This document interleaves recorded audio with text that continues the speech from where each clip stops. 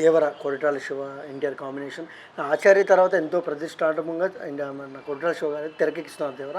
But sir మనం చూసుకున్నట్టయితే అంటే ఈ పొలిటికల్ వల్ల అయితే సినిమా అయితే బ్రేక్ అయింది. నెక్స్ట్ నెక్స్ట్‌కి అయితే పోస్ట్‌పోన్ చేశారు. కొంచెం టైం ఉంది. బట్ ఇంకొక విషయానికి వస్తే సార్ నార్త్ సైడ్ అంటే తెలుగులో మన ఎన్టీఆర్‌కి ఎంత గ్రాప్ ఉన్నా north side Anil Thadani and and Karan Johar films సంస్థ కలిసి తీసుకుంది కదా సినిమా.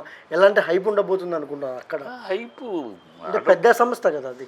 హైప్ ఆటోమేటిక్గా ఉంటుంది. ఈ పెద్ద సంస్థ ఉన్నా చిన్న సంస్థ అయినా దేవర సినిమా జూనియర్ ఎన్టీఆర్ అతని మీద ఒక ఇంపాక్ట్ ఉంది ప్రజల ఆడియన్స్ మధ్య, అటు నార్త్లో కానీ సౌత్లో.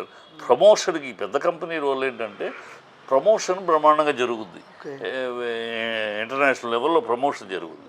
ఆ ప్రమోషన్ జరగటానికి ప్రమోషన్ చేయాలంటే నన్ను చెయ్యి పెట్టి ప్రమోషన్ చేసిన ప్రయోజనం ఉండదు.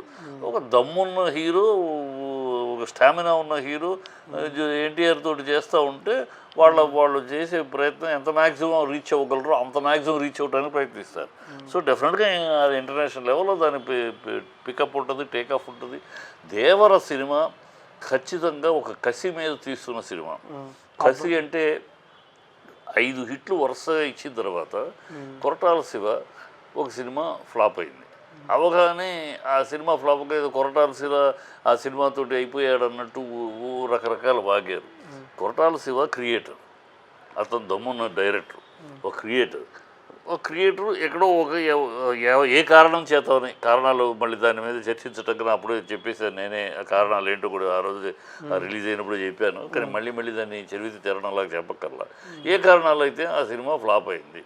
దాన్ని మించిన ఆ ఫ్లాప్ని అధిగమించి ఆ బ్యాడ్ రిమార్క్ నుంచి ఆ బ్లాక్ స్పాట్ నుంచి గోల్డెన్ స్పాట్కి వెళ్ళడానికి అతను శాయశక్తులా కృషి చేస్తున్నాడు. ఆ కృషి చేస్తూ అతనికి ఆ కెపాసిటీ ఉంది. కొరటాల శివ ఆ తోడు ఒక దమ్మున్న హీరో చేతిలో ఉన్నాడు. ఖచ్చితంగా ఆ సినిమాని ఆద్యంతం ఉత్కంఠభరితమైన సినిమాగాను, ఆద్యంతం ఆ టైటిల్స్ శ్రీ నుంచి శుభం దాకా ఉత్కంఠ కలిగించి, ఉత్సాహం కలిగించి ఆడియన్స్ని 200% సాటిస్ఫై చేసే సినిమాగా వస్తుంది నేను బలంగా నమ్ముతున్నాను.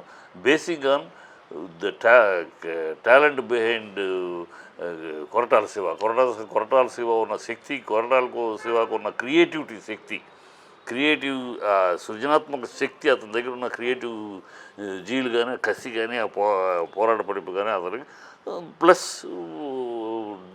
దమ్మున్న హీరో ఏ పాత్రనైనా ఆకలింపు చేసుకుని ఏ పాత్ర అలా ఆమోసలు బట్టి చేసే క్యారెక్టరు కనుక జూనియర్ ఎన్టీఆర్. ఆ దేవర పాత్రని చూస్తూ ఉంటేనే, యాడ్స్ చూస్తూ ఉంటేనే తెలుస్తుంది దాకా ఆ పాత్రని ఒక ఆమోసను బట్టి చేస్తున్నాడు అనేది అనిపిస్తుంది. సో డెఫినెట్గా it will be a magnum opus, it will be ఒక milestone of Telugu industry.